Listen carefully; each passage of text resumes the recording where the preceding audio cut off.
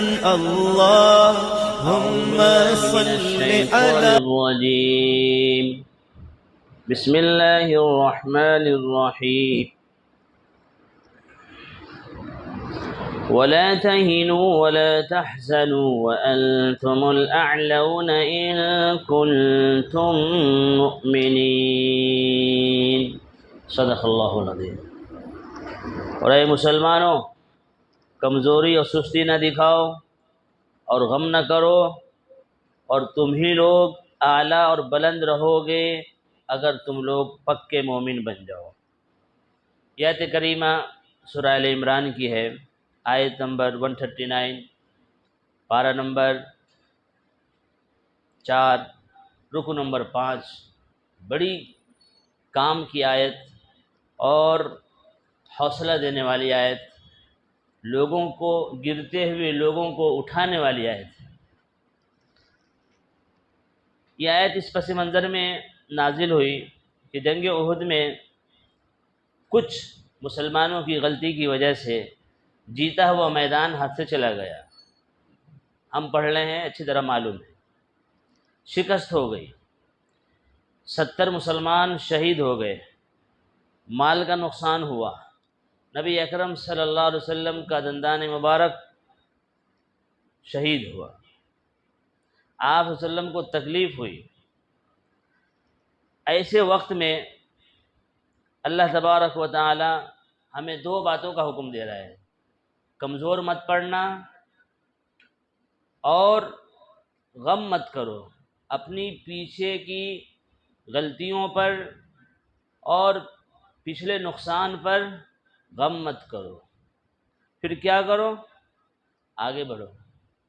وانتم الاعلون، آگے بڑھتے جاؤ، بلند رہو گے، کامیاب رہو گے. یہ 2 اصول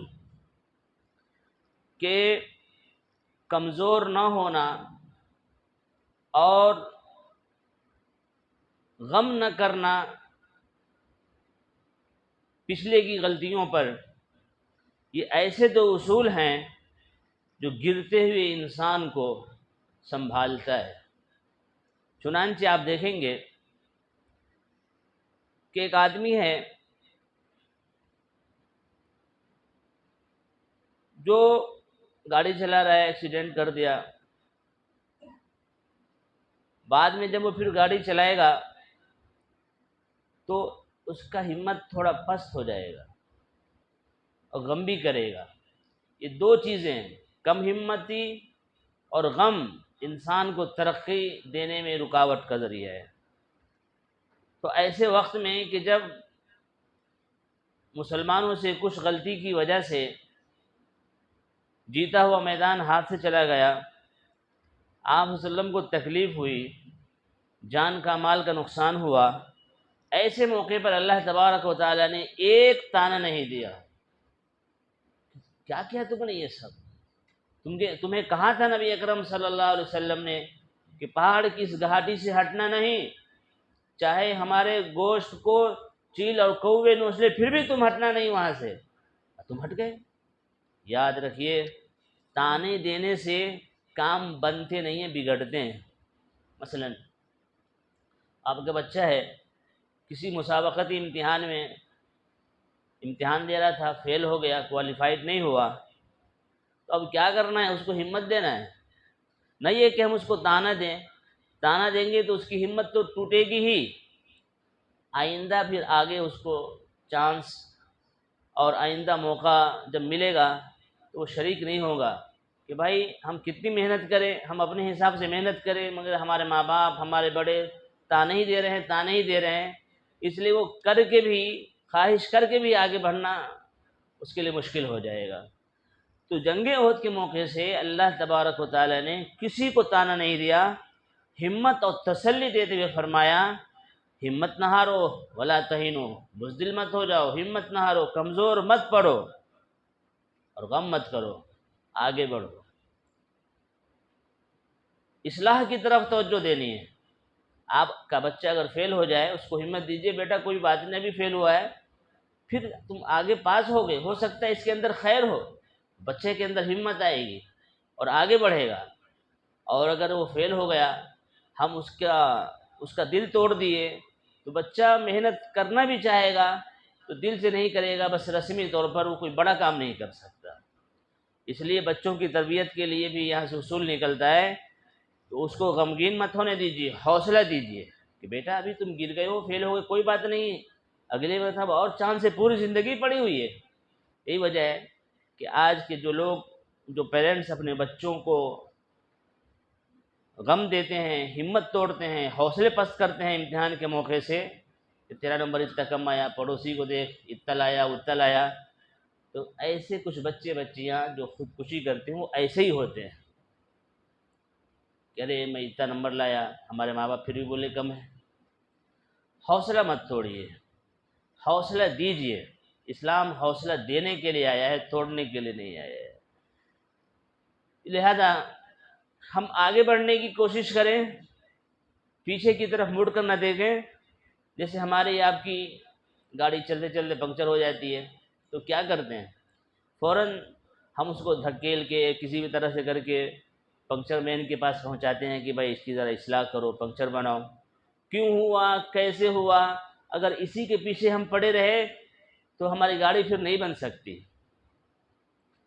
ہو گیا، آگے بڑھیے۔ بہت بڑا سبق ہے اس کے اندر اللہ تبارک و تعالیٰ نے ہمیں دیا ہے۔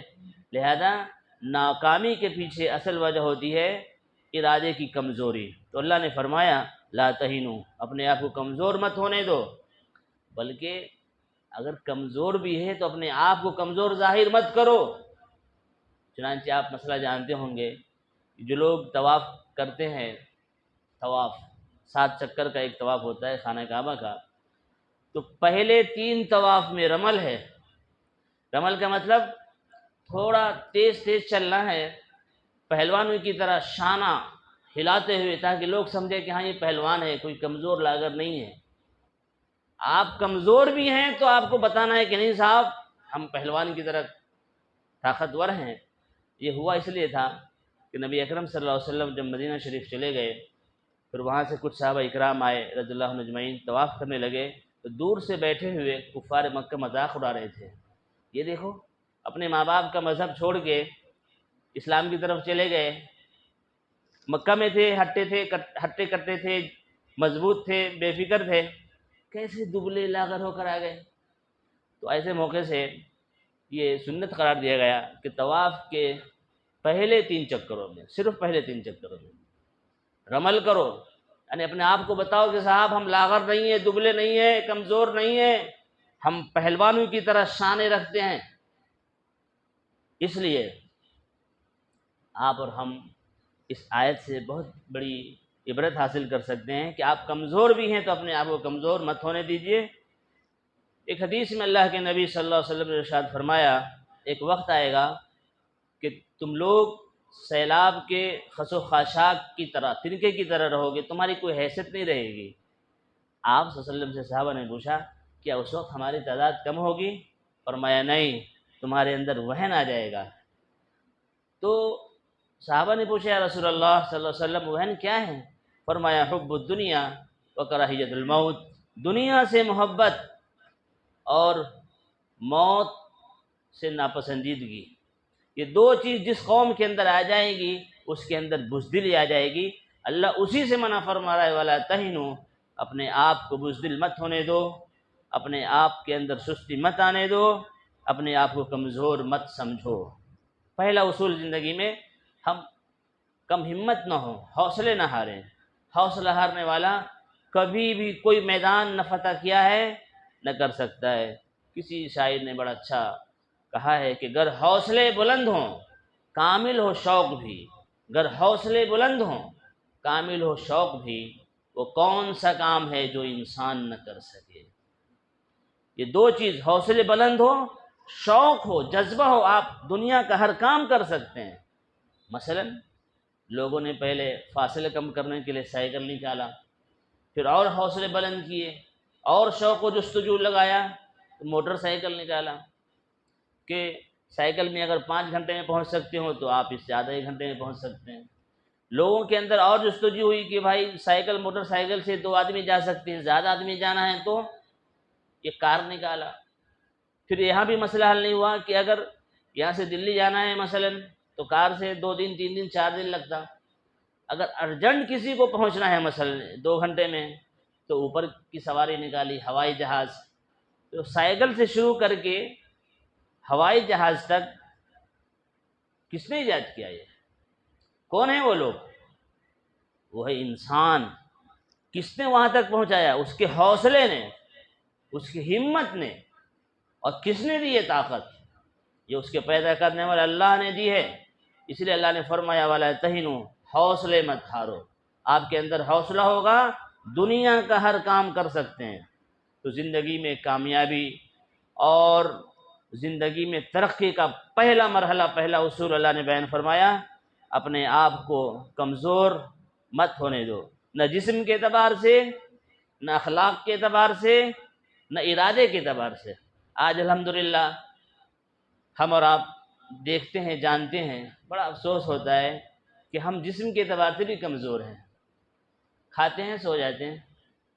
جبکہ آج کی تاریخ میں ابھی آپ باہر نکلیے غیروں کے محلے میں، ان کی عورتیں، ان کے بچے، ان کے بوڑھے واکنگ کر رہے ہوں گے، جسم کو طاقتور بنا رہے ہیں وہ. اور ہم اس طرف توجہ نہیں کرتے. اور اخلاق کی کمزوری تو اتنی ہے کہ باپ بلا رہا ہے اور ہم اپنے موبائل میں لگے ہوئے ہیں. اخلاق کتنا ہم گر چکے ہیں اخلاق کے اعتبار سے. اور ارادے ہمارے اتنے کمزور ہیں، ہم خواب دیکھتے ہیں جنت کا اور مسجد تک آنے کے لیے تیار نہیں ہیں. اس لیے ولا تہینوا، نہ ہم اپنے جسم کو کمزور ہونے دیں، نہ اخلاق کو کمزور ہونے دیں، نہ ارادوں کو کمزور ہونے دیں. ولا تہینوا. آگے فرمایا ولا تحزنوا، پیچھے جو نقصان ہو چکا ہے جنگ میں، جان کا، مال کا اور دوسری چیزوں کا، اس پر غم مت کرو، اس پر افسوس مت کرو، آگے بڑھو. یہ اصول ہے. اب پنکچر، جس کی گاڑی پنکچر ہو گئی، اب پنکچر کیوں ہوئی، کیسے ہوئی، اسی پہ توجہ فوکس کر رہے ہیں، اسی پہ سرچ کر رہے ہیں، اسی پہ افسوس کر رہے ہیں. ظاہر سی بات ہے اس کی گاڑی آگے نہیں بڑھ سکتی. بھول جائیے اس کو، آگے بڑھنے کی کوشش کیجیے. اور یاد رکھیے اگر ہمارے اندر ہمت نہیں آئی تو ہم کسی کام کے نہیں رہیں گے. ایک بادشاہ تھا، جنگ ہار گیا، کمرے میں بیٹھا پڑا سوچ رہا تھا کہ حالات ہمارے حساب سے نہیں ہیں، کمزور ہیں اور فلاں اور فلاں.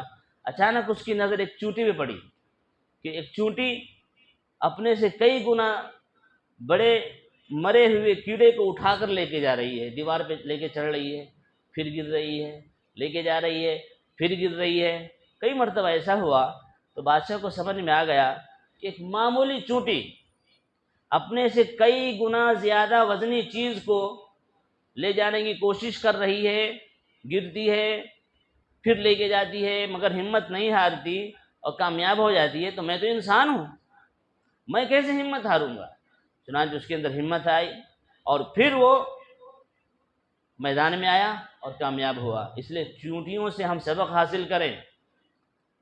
اللہ نے یوں ہی چونٹی کے نام پر ایک سورت، مستقل ایک سورت رکھی ہے، یوں ہی نہیں رکھ دی. سورۃ النمل پارہ 19 میں ایک مستقل سورت ہے.